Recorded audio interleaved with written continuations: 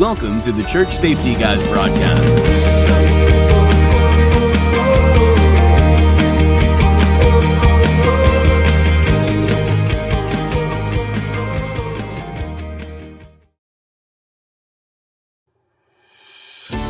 Welcome to the Church Safety Guys broadcast with hosts James McGarvey, Paul Buckner, and Mike Scully. Together, they make up the Church Safety Guys. Their mission? To inspire, influence, and impact church safety teams.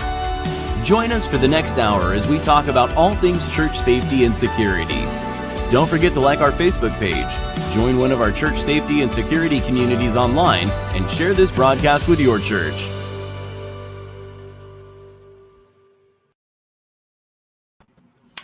Well, good evening and welcome to the Sunday night broadcast of the Church Safety Guys. I am James, and I, as usual, am joined by Paul and Mike. How are you guys doing? Evening. Mike?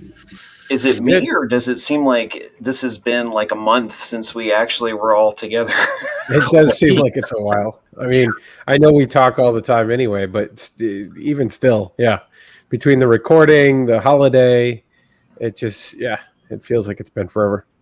That's good. And of course, we have a lot of things going on in the background too. But if you've just joined us, welcome. Feel free to list what church you're listening from, or what part of the country, what I don't know, tech you're using. And if you're watching this at a later time on YouTube, feel free to click that lower right-hand button to subscribe and receive alerts as to our next broadcast or content. And if you watch the intro, we need to get like that soundtrack, because I really want like either a trumpet or drums or something to say we now have our own official first in the industry church security app. Yeah. So, and if you have that downloaded, you would have actually gotten a notification that earlier today about our topic and what we were talking about tonight. So what's awesome about the app is everybody's played Angry Birds. Well, this is Angry Parishioners, so it's a lot fun. I'm kidding. Oh boy. Well, you know what's interesting is that we joke around about tech, and we were joking around about it earlier. But it's interesting to me that there are still people that connect and look for coaching and counseling that don't like the human interaction, and so I'm kind of like, a message, pick up the phone, call, whatever. But since we rolled it out, we've actually had quite a few downloads, and we've had people contact us through the app to say, hey, do you guys have a solution to this situation? Which is awesome that people are using it, because that's what the intent is, and that's what we have it designed for. So fun times. And we actually will have a lot of stories to catch up with you guys all on. I'm hopefully thinking in 2 weeks we have a free night, and we're just going to talk about some of the situations that we've had to deal with individually in our own churches in the last couple of months, because it's been pretty crazy what we all have going on. So, but one of the other things I want to mention real quick before we jump into tonight is that we have a retooled resource available for you. And that's something that Mike and I have been working on. And all of our books, all of our resources, you can see through our website at churchsafetyguys.com. And we are actually in the middle of re-releasing some of them. Now, typically when we update, we do an edition, you don't see the differences on that. Like, you won't notice a difference. But in this particular case, we decided to update the Engage, Train, and Retain book. And this is actually the second edition. So this is what it's going to look like. We're actually switching it over to Inspire, Influence, and Impact. And that kind of aligns more closely with some of the future curriculum and books and stuff that we have coming out this year. So if you go to purchase that book and you're like, wait a second, where is it? I can't find it. Feel free to reach out to us, but we changed the cover and updated a few things with it, and we're in the middle of re-releasing that with Amazon right now. So beyond that, anything you guys want to add before we jump into tonight? Just a quick comment there is that if you have Engage, Train, Retain, you've already purchased that. First off, thank you. We appreciate you being one of the many that have done that. But understand that this is just basically a rebrand, re-release, second edition. So don't feel the need to run out and add this to your collection, because it's not a whole brand new book, but yet an edition of that. So if you have the original, great, hold on to it. Maybe it'll be worth 2 pennies down the line instead of just one. And we'll see about that. Signed copies are worth something, aren't they? Maybe. Yeah, we're still trying to get people to take them. That's the problem. So I'm not sure how that works.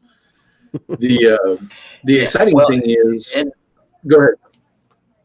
Well, I was just going to say to Mike's point, yeah, absolutely. It is, for the most part, if you had both books side by side, you would not notice a major difference. And the audiobook is actually, because of copyright laws and stuff like that, the audiobook actually has to stay Engage, Train, and Retain. But it is, if you go to our website, you click on it, it's the same resources. And for the most part, the content is going to be the same. It really was more of a cover update and a few things here and there. But what were you going to say, Paul?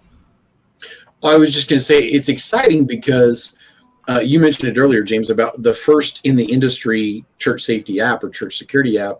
And that allows for immediately reaching someone through the app. And there's all kinds of exciting things there. And it's a resource for another generation, because many of us are well into our 40s or even 50s that are doing church safety and older. You go to a lot of conferences and you're talking to folks that they're very well established in life. Many of them have grown children. And so, like many churches, we are working to plug in people that are younger into ministry roles, and church security is no exception. And I think the app, and we've talked about this offline, but I think the app is going to offer an opportunity, like you said, James, to reach a younger demographic. I'm not going to run out and grab an app to solve most of my problems. I'm firmly in my 40s. I'll grab a book, or I will Google something. And oftentimes when I Google something, I find the answer in a book, and it physically arrives. Like, there's a physical book on my desk, and it physically arrives, and I read it. But that's becoming very much a generational thing. And so I'm excited about the opportunity to maybe reach a younger crowd and help them get plugged into church safety. It's also a great opportunity and vehicle for folks to reach us, where when you got social media throttling our appearance and other sorts of things at different point, where we're not necessarily always reaching the same quantity of audience because of social media. So at different points, this gives us something that we have more control over, allows us to kind of push the notification directly to the folks that have it so that they don't miss an episode of our broadcast. You can go back and as the ad even shows, whether it's in your workout for War Ready or any other things, you can literally listen along to our broadcast throughout the week in the palm of your hand. And so it changes. Not that you couldn't do that with YouTube before, but we're just making everything easier through a single interface with the app. The other nice thing I will mention too is that it's 100% free. And if you go in there, if you download it, there's certain content And then we do have a spot where you can sign up to become a member. That does not cost anything at this time. We put that in there. We put the membership in there as a security level, as kind of like a firewall, so that the information behind that stays copyrighted, stays secured. But I can honestly tell you, register. It's free. Download it. There's some great information, great content, and behind that membership, we're uploading content almost weekly with videos. Like Paul's been doing a series that's on there. So if you miss something, chances are we've uploaded it. So if like Paul does a video during the week, and you're like, oh man, I missed that, it's probably in the app. We probably uploaded it to that, so you all can watch it. So if you want to watch Paul. All three of you that watch me talk on here, go get the app. For sure. So tonight I'm gonna dive into our topic. We're gonna talk about fighting human trafficking, and we talked about this in January, and we had a few ministries on, including Victor Marks, and you folks probably remember that. I had the opportunity to go to a church plant training session, and one of the churches that was there brought to my attention the organization called She Has a Name, and they're based in Columbus, so they're pretty close to me. But when I started kind of digging into what I saw them do from their website, and I heard this gentleman, he was a pastor in Columbus, talk about them, it really excited me. So I reached out to them, and they were gracious enough to consent to being harassed by us this evening. So I will bring in Courtney Schmacher with us. So, hey, Courtney, thanks so much for joining us tonight. Thanks for having me, guys. Great to be here. Welcome. So for those that aren't familiar with, I guess She Has a Name, can you kind of walk us through, like, what exactly is your mission? What do you guys do? Of course. So our mission is we're fighting human trafficking as a community. And we're doing that through education, through advocacy, and by caring for all those that are impacted. So a few tangible ways of what that looks like. We offer training programs. Both we host a few a year, and then we're out in the community for any groups that would like to receive training. I just was at a church yesterday, actually, training their congregation on how to respond. For advocacy, of course, it's the traditional kind of legislative, Senator Brown's office contacted us this weekend about a new bill that's coming out. If we can provide, information about it, would we be for it or against it? Can we, testify before the House or Senate? But also it's connecting resources and needs, I think, as well. So between organizations, we've been around since 2010. So we've got a lot of social capital here in the Central Ohio fight against human trafficking. So we're able to connect the dots. And then finally, for caring for those impacted, we work kind of on bookends for human trafficking. So we look at prevention, working with youth and teens that are vulnerable through education prevention. And then on the other bookend, looking at, there's victims that are currently being trafficked. There's survivors that have just come out of that lifestyle. We work with thrivers, and that's the women that have been out of this for a while. They're sober, they have stable jobs and stable housing, but they still need support. So we offer spiritual support groups, social support groups, as well as two different scholarships, both dream scholarships to fulfill any kind of dream that they might have, and then educational scholarships to complete academic degrees as well. And then our last thing that we're up to these days is actually caring for the Johns, the buyers. So we run a private John school for first-time solicitation offenders, where they learn what human trafficking is. They learn about, the public health issues involved in solicitation. They hear from a woman who's come out of human trafficking about the reality of prostitution being a form of human trafficking. And they'll usually also hear from a peer, someone who had sat in the John School years ago and is now advocating in the fight against human trafficking on ways to, really seek change. This is a new one on me. Some of you guys may know a little bit. I do some work around groups that pull people out of trafficking environments, and mine is much more immediate to the front of it. So I'm pretty excited about this because what She Has a Name does is stuff that I don't get to see most of the time. This is further up the pipeline. And I've never heard of an organization. And I'll be honest with you, the way I'm wired in the ministry I run, the Johns are kind of the enemy. And the traffickers are very much the enemy. And so we have to be very careful. And so I just gut checked myself as I was listening, full disclosure, because I was like, yes, that's right. They are people too, and they need Jesus. But I love the fact that you guys are taking that tack and going after it, because anytime you can destroy demand, you eliminate a market. And these people need Jesus. So that's interesting, and I've never seen it done. Well, Yeah, we're certainly one of the first survivor care organizations that has made this pivot, and there has certainly been some raised eyebrows in some of our circles, to be sure. For sure. Now, I know in Columbus, we're kind of the hub for the Midwest, and I know we're kind of it seems like hardly a week goes by where Columbus, Cincinnati, or even Cleveland, we hear about a law enforcement agency that's strategically trying to move and trying to break up a trafficking ring or something like that. In fact, I think it was a month or two ago. I know there was a pretty decent, might have been the end of last year. There was a pretty decent one that was broken, a ring that was broken off of 33 in the 270 corridor, which is actually down where I am. And of course, where I live on the southeast corner of Columbus is like an urban farm type community. So it was one of those things where when you saw it in the newspaper, it was like, what? That happens around here?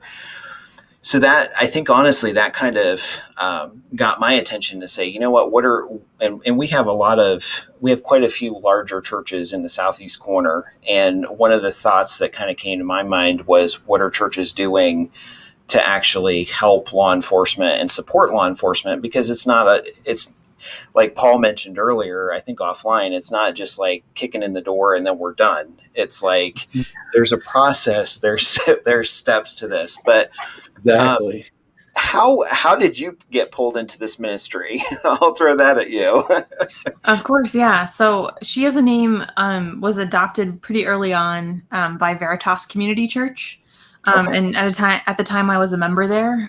So I was in between jobs and just had a lot of free time. So I started volunteering, and the executive director at the time was very gracious in finding a space for me on the communications team, which is what my degree is and academic background are in. So it was, I would never have pictured myself being engaged in the fight against human trafficking. I really didn't know much before I started volunteering, but it was a great way for me to find and do something that I was good at and comfortable with, starting with communications and then moving on to events before coming onto the staff team in a development role. It was easy for me to feel like I was doing something that was meaningful outside of that cookie cutter, like working with women that are still victims or doing street outreach or some of those more traditional ideas of how we can serve in this cause. Cool. So they kind of pulled you in and said, you want to volunteer, we'll show you. Voluntold. I think one of the really exciting things here is I've seen people and we talked about this offline, but people want to rush out and they want to help. And a lot of times we accidentally get in the way of the people that are really already doing it. And maybe it would be better to try to volunteer within that framework and to get trained with what Courtney's talking about. But also, I've seen groups run into areas and they try to work within homeless communities and they scare homeless people, or they do more damage than good within that environment. And I've seen it done well and I've seen it done poorly. And then because some people want to stay homeless. They have a community or they have a lifestyle, they have a place. Some of them are wanted for something. They don't want to leave it. And then you've got folks that they genuinely would like to leave it. And if we can lead them to Christ, I've never met a person that gave their life to the Lord and wanted to stay homeless, because a lot of times there's addictions or whatever. So I'm drawing a parallel, and it's imperfect, but I've seen groups that then do what you would call aftercare for folks who are leaving the homeless community. and they're breaking free of addictions, and there's a lot of common ground there with addictions and things that people are stuck in, but then they're helping them to get the job skills and the opportunities to move out into an environment where there's a support network so that they don't fall back into that. And I think that's the thing, that a lot of times we mean well within the church, but we run out there and we go in boldly, not realizing that people are already doing it. There's a way to be educated. And I was floored. You guys have been doing it since 2010. A lot of these groups have not been doing it anywhere near that long. And the fact that you guys have been, that forward thinking and working on a program on the back end, everybody wants to pull people out of the fire, but nobody wants to be at the burn ward helping treat the burns. And an imperfect analogy, but I think it works. And so if you guys are listening at home, you need to find organizations that are doing things like this. And we had talked to, I think it was Mr. Marx's group. Like, there are people out there that are getting a huge amount of money and resources to raise awareness to human trafficking. And the people that are out there going, can we have 10% of that to help the people that we've taken out of human trafficking? And anyway, so I throw that out there, Courtney. There's a thought in there somewhere. But how would you recommend if somebody wants to do this and they don't think they're John Wick? Of course, yeah. I try to keep it simple. So the first thing, especially coming out of a faith background, is just to start praying. Pray for the victims, pray for those that are in your community that are affected by it, and then ask God what he would have you do. Secondly, learning, like you said, education is really key here, because it's not, as you said, it's not something you can easily just step into and understand. There's so much going on. It's incredibly complex. We're still learning new things every week. So praying, learning, and then thinking about, maybe it's serving, maybe it's giving financially, maybe it's just sharing with others and raising awareness. Those are all really key things that are needed and can really vary from person to person based on your personality and what you feel inclined to invest. Pretty good. I think the education makes absolute sense, because to your point, Paul, you get those folks that are self-activators, or you get the churches that are playing buzzword bingo, and they're just looking for the latest new thing to chase. And I get it. There's problems, and they're there, and God may even be moving them specifically to say, hey, go after this area, but they're not necessarily equipped for that fight. And I think that's the difference of anything we do. So we're talking to churches all the time about being equipped, about being trained, about being ready for what you do in the world of church safety. So no different in that is that in order to truly provide safety to these folks, either in the moment pulling them out, or as your organization does, helping with those survivors, catering to them so that they don't falter or take that horrible experience and use that as something that holds them back, and truly give them a chance to succeed or to thrive. And I think, Paul, you mentioned too, is a completely another area there where you're trying to educate even further, not just folks who want to try to help, but really try to eliminate that market. And I think that's a great way. There's so much that can be done there. And I think it's that outreach to churches.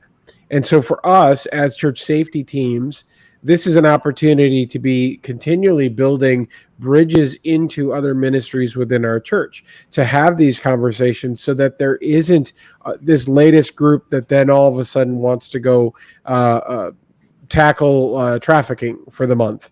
And that's their activity project because they're in a small group together.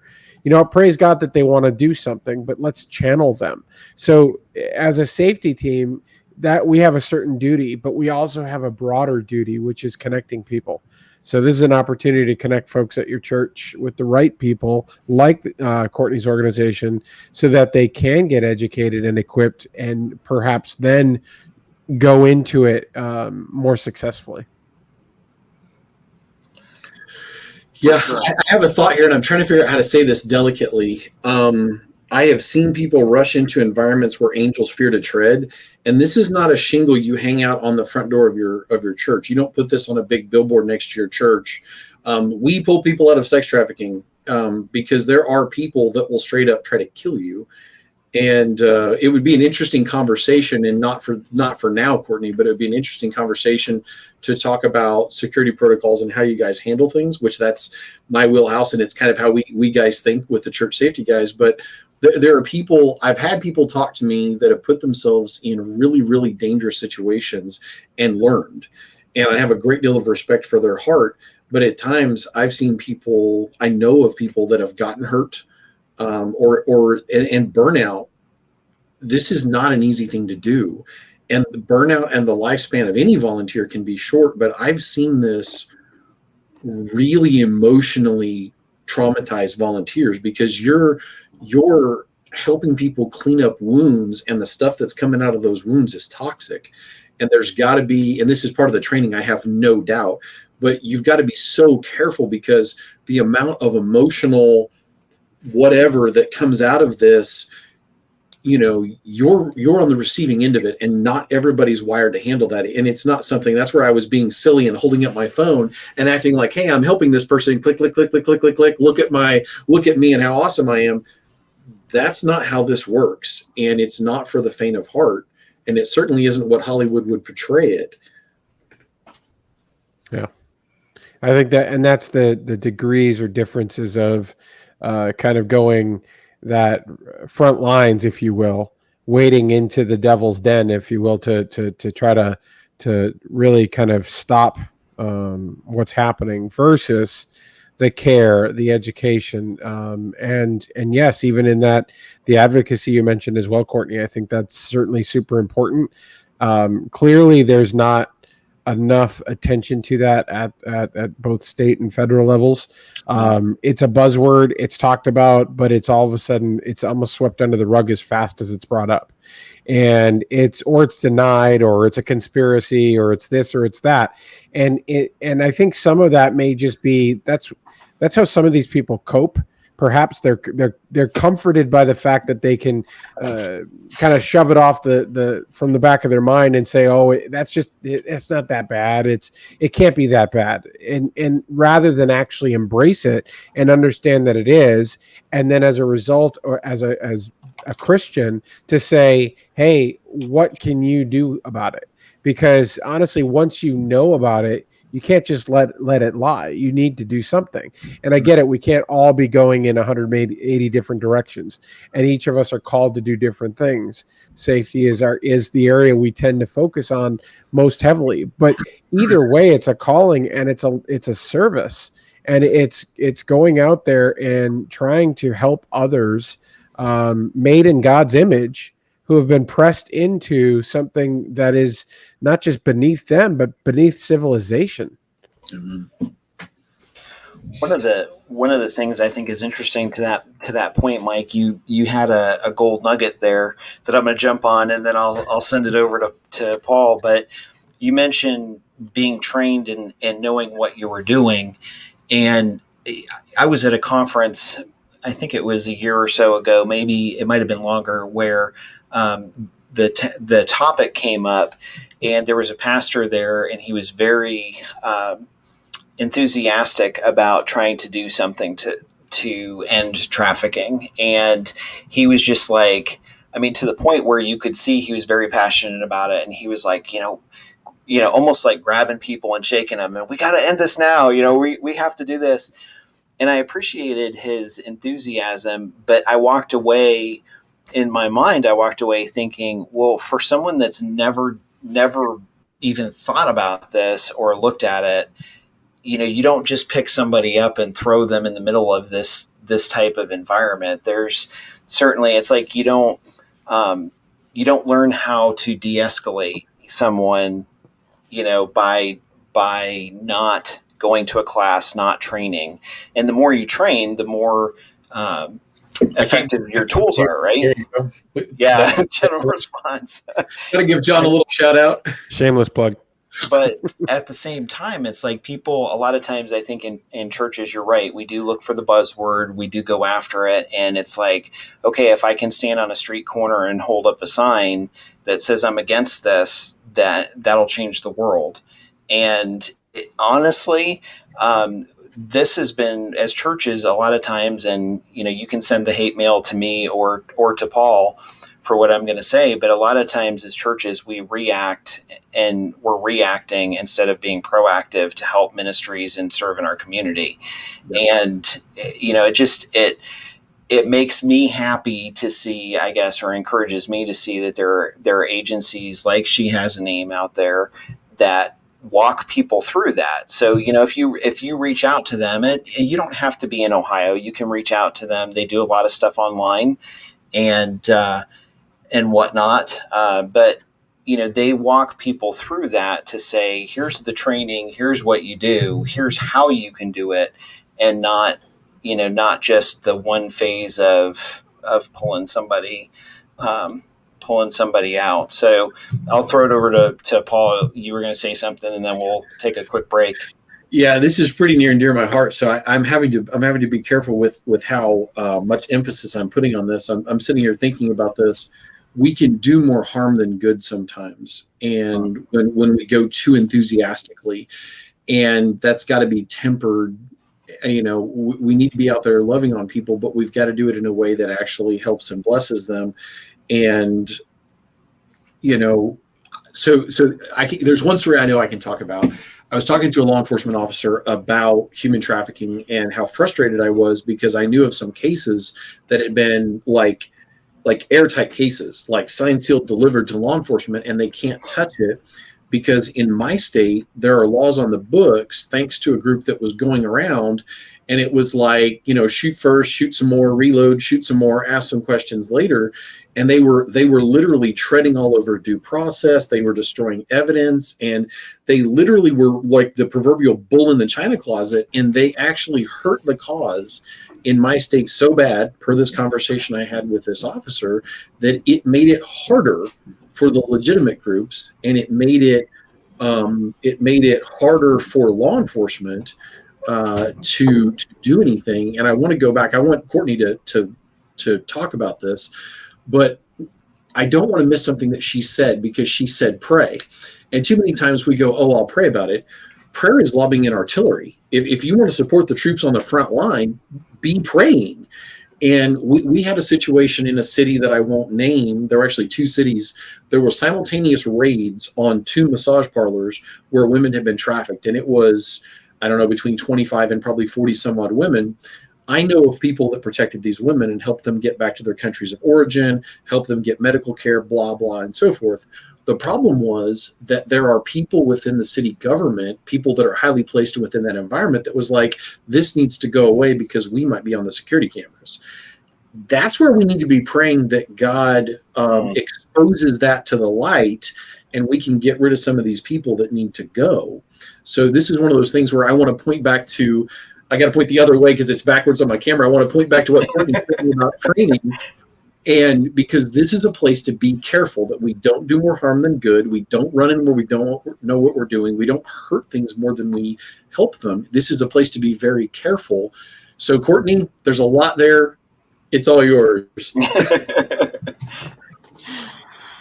Oh, yeah, I really appreciate how critically you're all thinking about this. It is good, especially from a safety perspective, to think first and act second. Absolutely. I think a lot of us come into the cause with that view, that kind of dramatic view of like children being abducted from malls, and you're going to be saving them from these horrific experiences. But a lot of times we can play what seems to be a much smaller role, but it's still profoundly impactful, and these kind of ripple effects, preventing one child from being trafficked can literally expand their life by decades. And like you said, praying for the cause can support an organization that didn't think it was going to make it another month and now feels the Spirit refreshing them and sustaining them in the cause. And so there's a lot of small, what seems less glamorous, but no less important things that we can all do. For sure. Let's go ahead and we'll take a quick sponsor break. And then when we come back, we'll jump into some, I want to talk a little bit more about workshops that you guys do and just the training aspect of it. And so that, people can reach out to you if they have questions and that sort of thing. But we'll go ahead and take a quick break, and then we'll be right back with you guys. So don't go anywhere. With over 50 years of experience with religious and nonprofit organizations, Thomas Alexander Insurance and Associates understands that your congregation is different from a traditional business. We're here to fulfill your needs, coming to you while creating a personal plan for your budget and size. From your local community to around the globe, we are advocates for you. Thomas Alexander Insurance and Associates, your partner in service.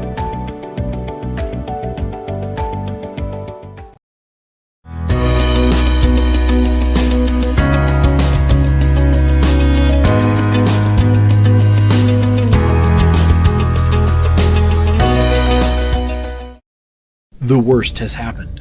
Evil has invaded the sanctuary. Lives were ended, and the life of every surviving member of your church has changed forever. There will be funerals to attend. The grieving and the counseling will go on for years to come. You may even lose church members, especially if your pastor was killed during the attack. But what if I told you that all of this could have been prevented with the proper training?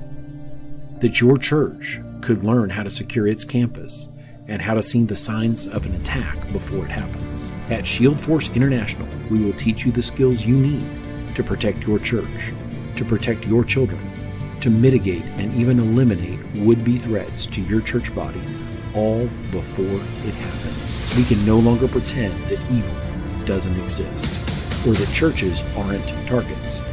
Attacks against churches and pastors are on the rise.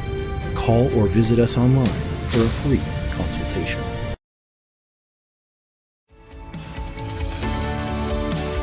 Church Safety Guys is a nonprofit organization dedicated to help inspire, influence, and impact church safety and security teams.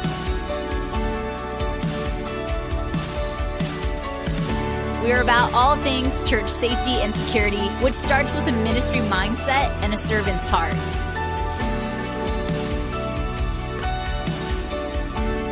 We're protectors, guardians, ambassadors, and shepherds. We help church and place of worship safety and security teams all over the United States through our broadcasts, online communities, conferences, trainings, resources, and products.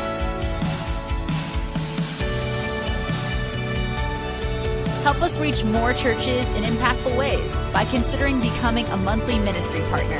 $2, $5, $20 a month will help us continue to provide these resources.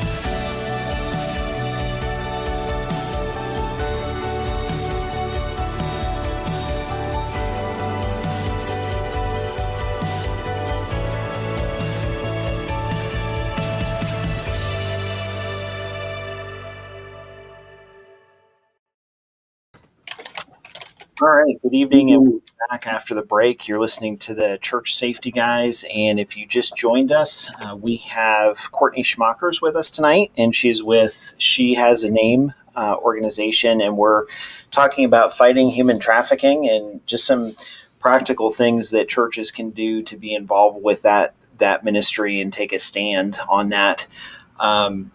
If you are watching this on YouTube, feel free to click like and subscribe on the lower right-hand corner.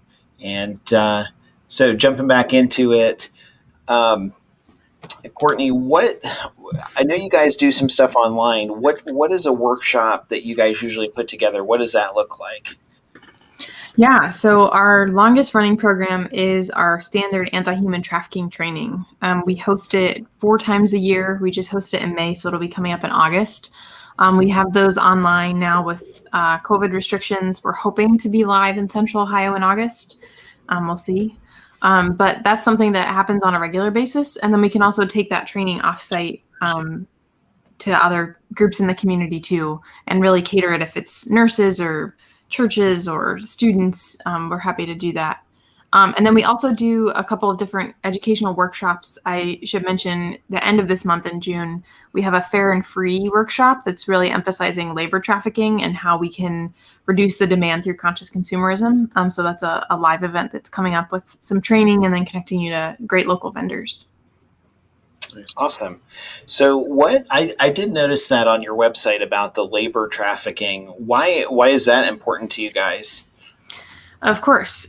So there are 2 main types of human trafficking. There's labor trafficking and sex trafficking.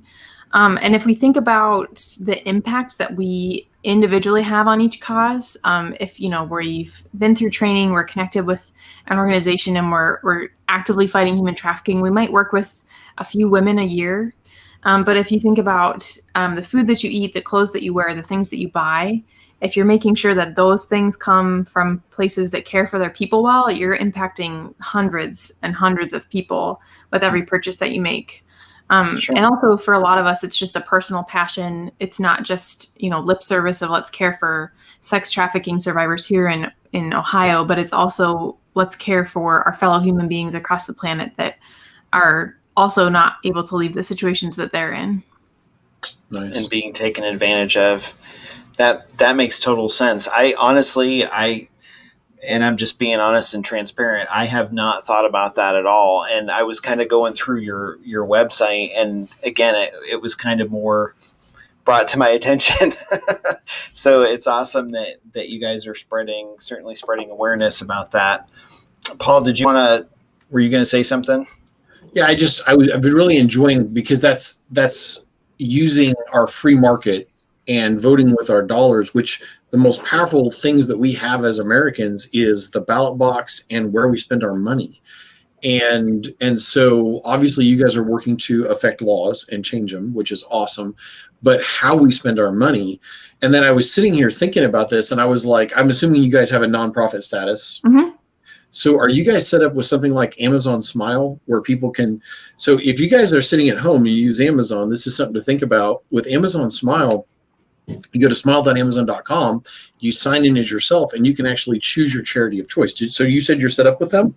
Yes, you can find Okay. us. She has a name. So that is an incredible opportunity, because you're not spending extra money with Amazon.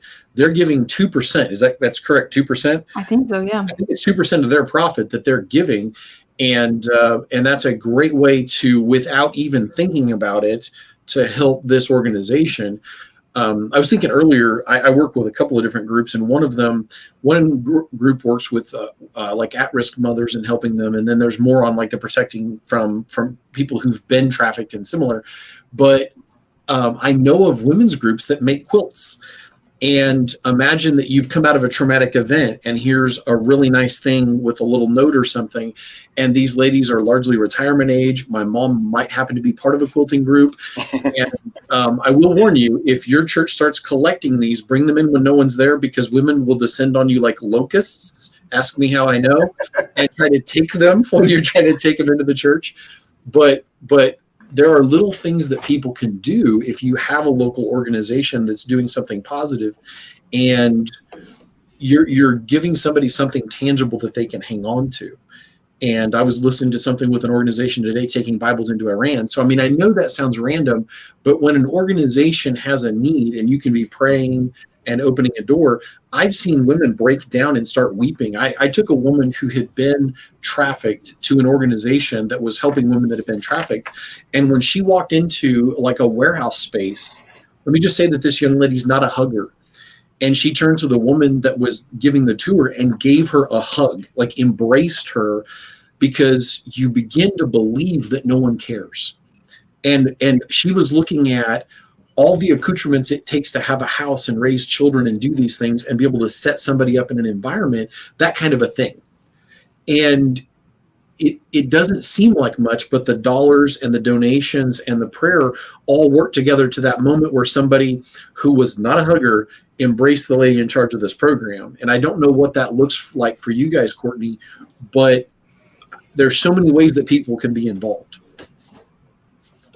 Yeah, of course. We're finally able to open up a lot more volunteer opportunities now. But it can be things like if you want to share being part of our content team, thinking about social media and how we can be sharing, outside of just face-to-face conversations. Now that we're seeing more events happening out in the community, you can represent She Is a Name as we sell t-shirts and raise awareness at these different community events. We have our annual fundraiser gala. So if you just love like the glitz of throwing a big party, we have a core team that does that with us as well.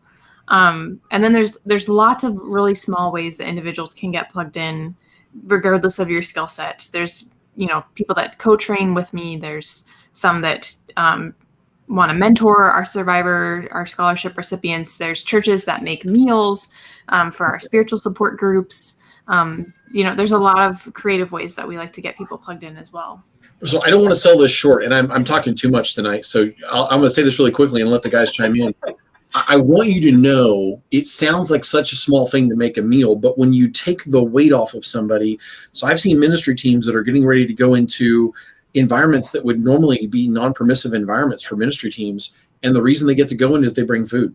It's like going into a country to teach English as a second language, and you're a Christian and you're sharing your faith with your students.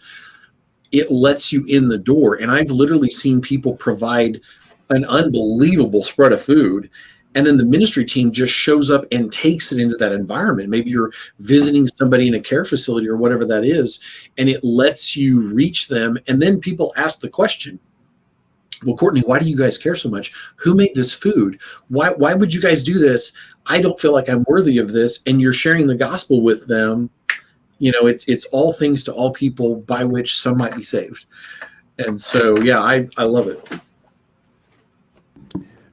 Tie this back one more way into kind of a church safety perspective too, is not just how we're spending, but it's really on how we're creating an environment that's safe. I mean, the slippery slope, the just preventing opportunity for abuse, to create an environment where somebody then it runs away and then ends up getting pushed into trafficking.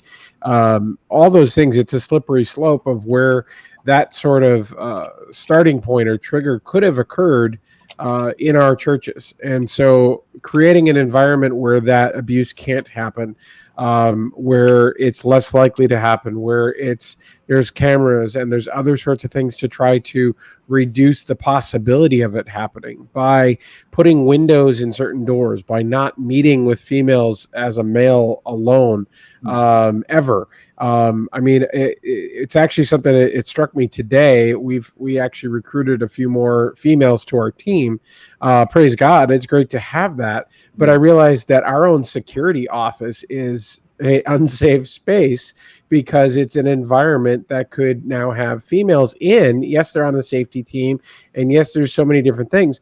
But I now want a camera in our safety office just for accountability, so that there's not any sort of potential issue that could be called up there, or our ministry as safety could be undermined because of an accusation, or our church, worse, could be undermined because of an accusation. So we just need to document that. So again, I think it all ties together. We can see how we can immediately play a role in our churches at making it less likely to have a person end up trafficked. We may not be standing goalie and preventing it, but we're doing something about it.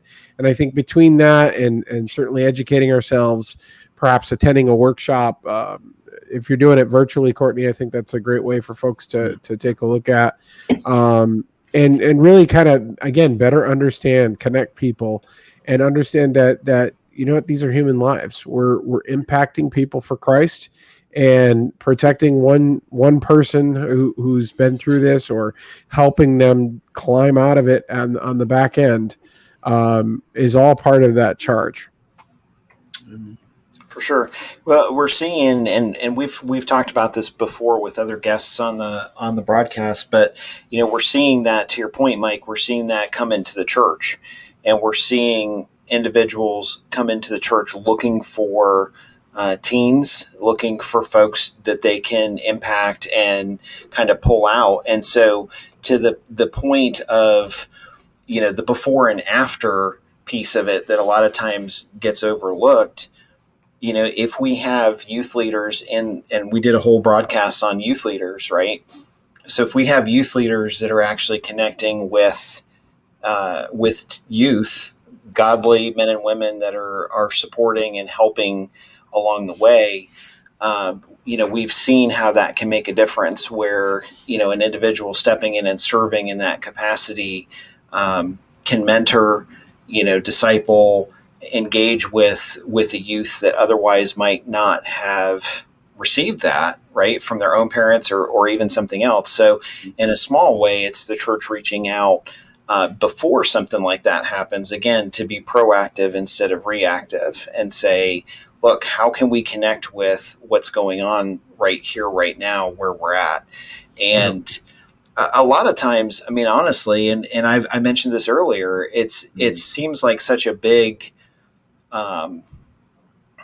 term, and it's trafficking. It just has this big cloud with it, that I think a lot of times people can feel like, you know what, this is so big, there's nothing I can do. It happens around me.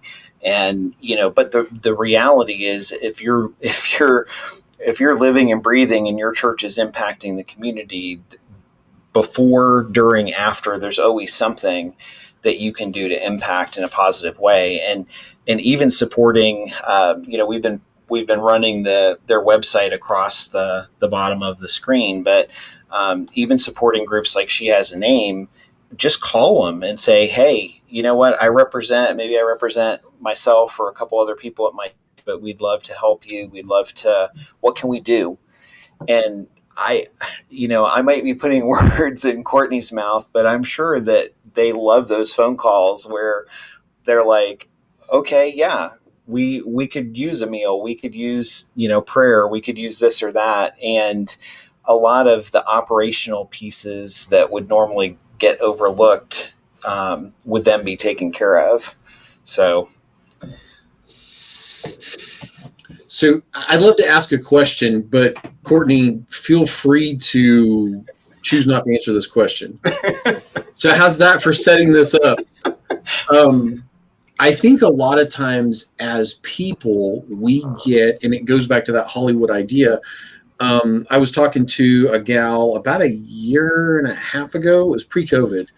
And she made a comment about how it was so sad that human trafficking was so common, and all of these kids were being abducted, and all these women were being abducted out of Walmart parking lots. And I said, and all this stuff. And she'd been seeing these social media posts that are really mostly spam. And about, like, if you see this thing on your car, be careful and don't. And people keep propagating this. And I said, listen, I've never been involved in a case where somebody was forcibly abducted out of a Walmart parking lot after they were followed through the store. What my experience has been, somebody who was at risk, that needed loved, found a sense of family the majority of the time outside of Christ, and they were pulled into something, i.e. because of a drug abuse or because of some relationship, and they found themselves pimped out or whatever. That's been what I've seen. I like how you didn't even put a question mark on the end. You're just. I mean, I don't even know where to go with that. It's such a mess. So yeah, take it away. It's true, and we talk about that during our training too. Abduction is like the main story that you hear online, but it's actually like this tiny, like single-digit percentage of actual cases. Far more common is that their trafficker is someone that they know. It's someone that they trust, or that they have some kind of relationship, whether it's a neighbor, whether it's an older distant relative, whether it's someone from school. It's someone that they know. It's not a stranger to them. And just like you said, it's more of an exploitation of a vulnerability than it is like a crime of opportunity. So it is that they see that it's this teen that is starting to post racier and racier photos online, that they can say that, here's a romantic relationship. Or it's someone with a substance abuse disorder who they're saying, I can get you free product if you work for me here. Or it's a, recently smuggled in illegal immigrant or foreign national who doesn't speak the language and doesn't know law enforcement. So someone from their community comes and says, I can get you this job. And then it ends up, there's that forced fraud or coercion that ends up somewhere else. That's far more common. So I'm glad that you unpacked that, because there's so much to that. And I know we're running short on time, but it's much more subtle and insidious than people realize. And I think that we're on guard for the wolf, and it's more like the snake coming into the hen house. We're looking for this much more overt thing. And I had a lady tell me that they had dealt with some folks who were recruiting out of a gymnastics dance studio. And they were looking for young women that didn't have strong relationships with their father, that were vulnerable for a role model type pull into that structure. And if we look at our culture, so many homes don't have a godly husband and father in it. And that they were talking about how it got busted, I guess. It was way off, anecdotal. I was hearing about it from other people, but it's a lot more, in my experience, which is limited. I go stand in a corner and I shut up and I do what I'm told. I'm there to protect people, and I pray from a distance. It's not a hands-on thing for me, and for a lot of obvious reasons. But it's a lot more insidious than people think. And I think a lot of it comes down to be in the lives of your kids, and you jump in here anywhere, be in the lives of your nephews and nieces, because it's not just women, it is more predominantly women, but be in their lives and be talking to them and be having these conversations and be showing them Christ's love, so they have somebody to come to when they are going through a crisis. Absolutely. And I can't fail to mention too, we're talking a lot about the supply side and the victims. There's also the demand side. As you're talking about raising godly men and women, our men and boys, what are you watching online? How are you treating the women in your life? Where are you going for entertainment? What does that look like? That can, lower the demand, which lowers the supply and keeps people out of this as well. That's a gold nugget right there, Paul. The other episode, because as a police chaplain, I lost my mind on a group of young cops that have been young cops for 4 or 5 years now, and they took a young cop to a strip club for his birthday, and I experienced a Tourette's episode, and I didn't swear, but I was like, nah! And I was like, do you understand what you're doing? Not only are you feeding nothing positive here, but everything that you're doing, you're fueling into an environment where some of these girls do prostitute themselves out, and every extreme follows that, up to people who even cannot leave a home because they're prisoners. And this young guy kind of looked at me and he's like, okay, we're never doing that again. Because the chaplain doesn't typically yell at him, but I did. Well, to wrap things up, and we'll let Courtney go. Where we've posted the website, but what's a good way for us to or folks watching at a later time to get a hold of you if they need to? Yeah, of course. We do have the contact us page on the website, and that has our physical address, our phone number, and our email. And I'll just say our email too. It's pretty simple: info@shehasaname.org. Okay, so those great. are great places to reach us. And I know you guys are in, and I haven't asked you this before, I know you're in Columbus and you minister in Ohio. Do you go outside of Ohio at all, or do you know other resources that are outside?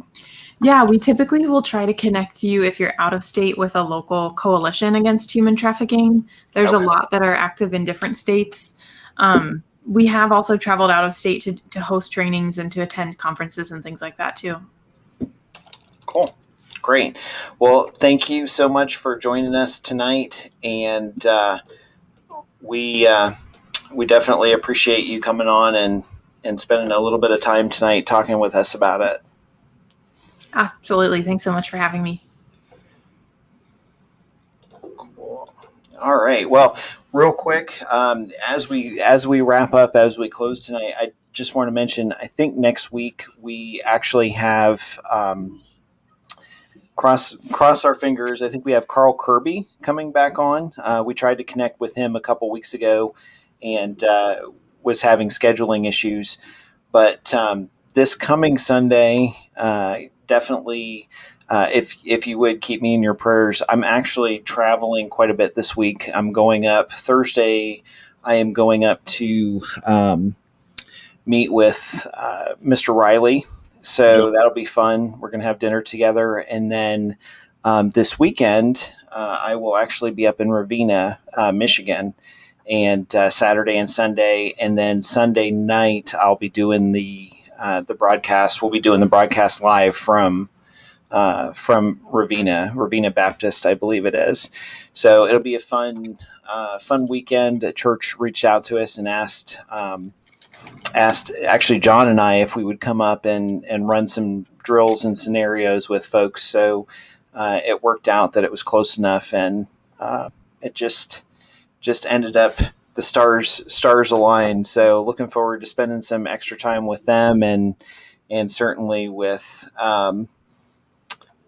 certainly with John. So that'll be a fun thing.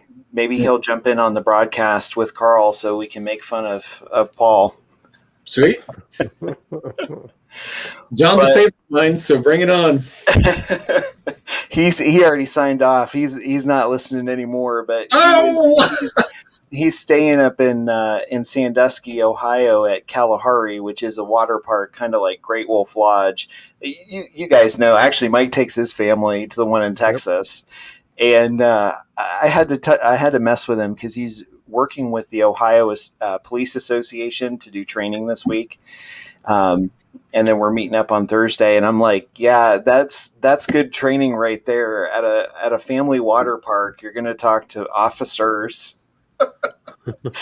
Like in between surfing and swimming and all that fun stuff, right? It's a write-off. Yeah. Yep. Bring the family, go to the training, help added incentive. So, do you guys want to add anything before we wrap up? That was powerful. I just want to know who wants to close us in prayer. That was a good one. I will actually let Mike do that because he's been kind of quiet tonight. Voluntold. Heavenly Father, thank you for this opportunity to bring information to the masses, to reach different folks in church safety teams all over this nation, all over the world, and empower them with knowledge, giving them opportunity to connect folks, to seek more education, to make a difference, whether that be in human trafficking or whether that be in their local church ministries, helping create a safe environment. We appreciate the opportunity that we get, that we're blessed and humbled by each and every week to put information out there for folks. And we do that all in your name. Amen. Amen. So thanks for hanging out with us and watching. And as always, you can visit our website at churchsafetyguys.com for more resources. If we can help you out. What's that? Or go download the app. If we can help you out in any way, feel free to reach out to us and share this broadcast with your church, with folks on your teams, and yeah, go download the app so we can impact more churches with your help. All right. So anyhow, take care. Have a great night. We'll see you next week.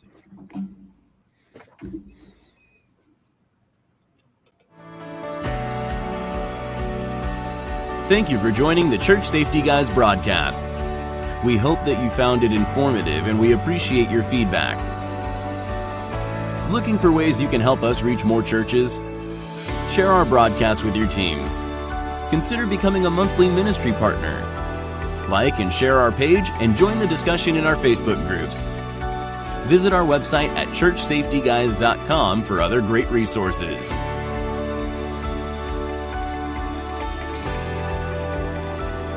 Remember to keep a servant's heart, a mindset of ministry, and Semper Disciplina. Always be training. Have a blessed week.